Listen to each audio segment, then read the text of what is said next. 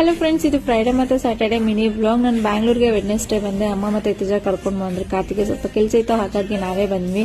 So Friday morning tomato bath ಮಾಡಿದ್ವಿ. ತಿಂಡಿ ತಿಂದ್ಕೊಂಡು ಪಾಯಸ ಮಾಡೋಣ ಅಂತ ಹೇಳ್ಬಿಟ್ಟು ಅಕ್ಕಿ ಪಾಯಸ ರೆಡಿ ಮಾಡ್ತಾ ಇದ್ದೀನಿ. ಹಾಗೆ ಸಾಂಬಾರ್ಗೂ ಕೂಡ ರೆಡಿ ಮಾಡಿ ಇಟ್ಬಿಡೋಣ, ಆಮೇಲೆ ಟೈಮ್ ಆಗುತ್ತೆ ಅಂತ ಹೇಳ್ಬಿಟ್ಟು ಸಾಂಬಾರ್ ಮತ್ತೆ ಪಾಯಸ ಎರಡೂ ಮಾಡ್ತಾ ಇದ್ದೀನಿ. ಅಕ್ಕಿ ಬಾದಾಮಿ ಎಲ್ಲಾನು ಗ್ರೈಂಡ್ ಮಾಡ್ಕೊಂಡು ಇವಾಗ ಪಾಯಸ ರೆಡಿ ಆಗಿದೆ. ಸೊ ಪಾಯಸ ರೆಡಿ ಆದ ತಕ್ಷಣ ಚರಿಗೆ ಸ್ವಲ್ಪ ಕೊಟ್ಟೆ, ಅವ್ನು ಕುಟ್ಕೊಂಡ. ಅದಾದ್ಮೇಲೆ ಮಧ್ಯಾಹ್ನ ಎಲ್ಲ ಊಟ ಮಾಡಿ ಸ್ವಲ್ಪ ರೆಸ್ಟ್ ಮಾಡಿ ಸಂಜೆ ಪೂಜೆ ಮಾಡ್ತಾ ಇದ್ದಾರೆ ಅಮ್ಮ. ಅದಾದ್ಮೇಲೆ ಸಂಪ್ಲ ಮಾಡಿಸ್ಬೇಕಿತ್ತು, ಅಂದ್ರೆ ಮಾರ್ನಿಂಗ್ ಇಡ್ಲಿ ಮಾಡೋಣ ಅಂತ ಹೇಳ್ಬಿಟ್ಟು. ಸೊ ನೆಕ್ಸ್ಟ್ ಇವಾಗ ನಾವು ಆಂಜನೇಯ ಸ್ವಾಮಿ ದೇವಸ್ಥಾನಕ್ಕೆ ಹೋಗಿದ್ವಿ, ಹಾಗೆ ಶಿವನ ದೇವಸ್ಥಾನ, ಹಾಗೆ ಅಮ್ಮೇಶ್ವರಿ ದೇವಸ್ಥಾನ, 3 ದೇವಸ್ಥಾನಕ್ಕೆ ಹೋಗಿದ್ವಿ. ನಮ್ಮ ಮನೆ ನಿಯರೆಸ್ಟ್ ಇದೆ.